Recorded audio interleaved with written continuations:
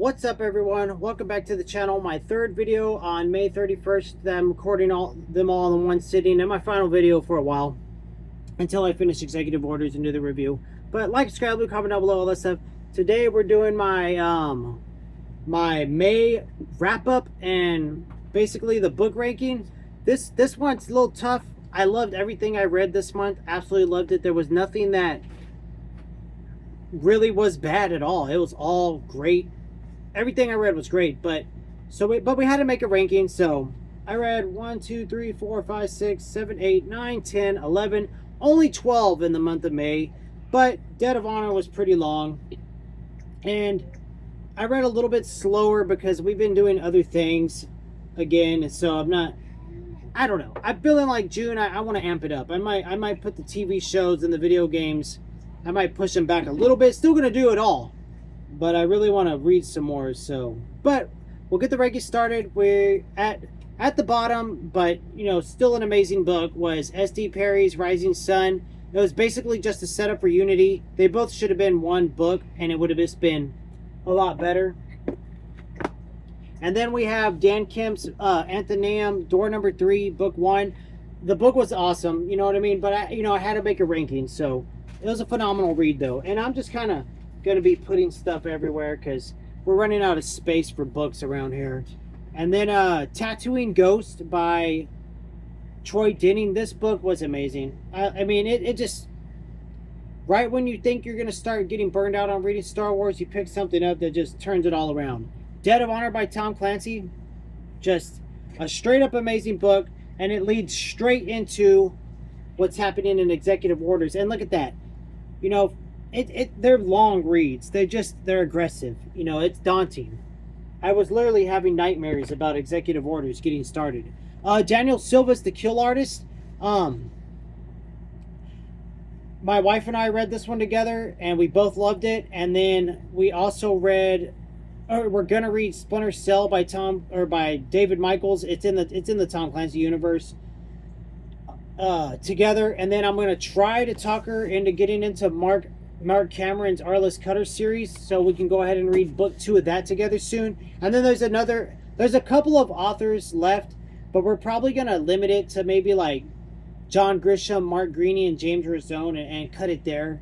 There's way more we want to read together, but I want to continue on these series that we've already started together, so we have to do something, you know what I mean?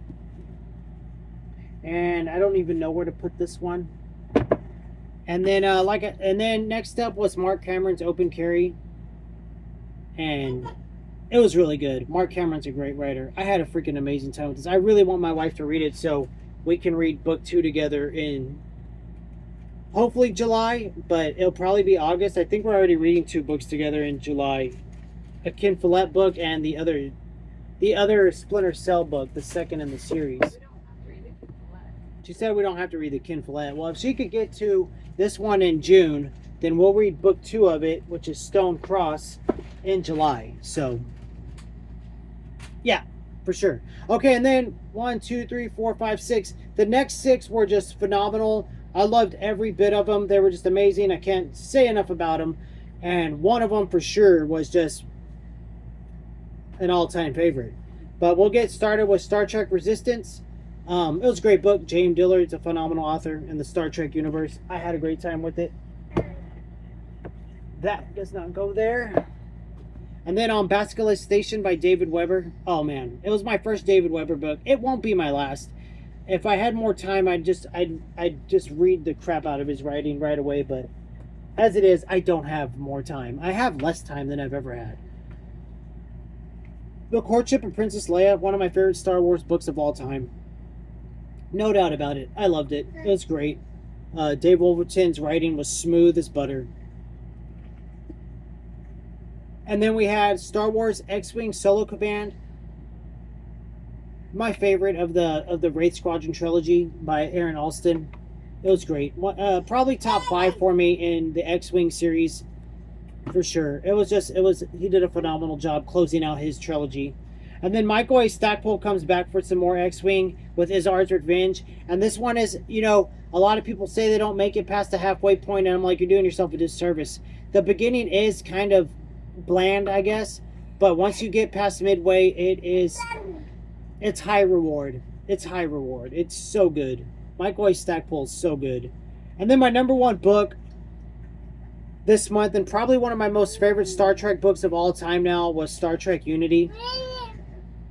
Man, S.D. Perry just knocked it out of the park. She swung, she hit, it was gone. It was gone. She did a great job. I freaking loved it. Everything about it was just, it was an awesome book. So that's my that went fast. This is one of my fastest videos I ever made. There's my May book ranking, May wrap up.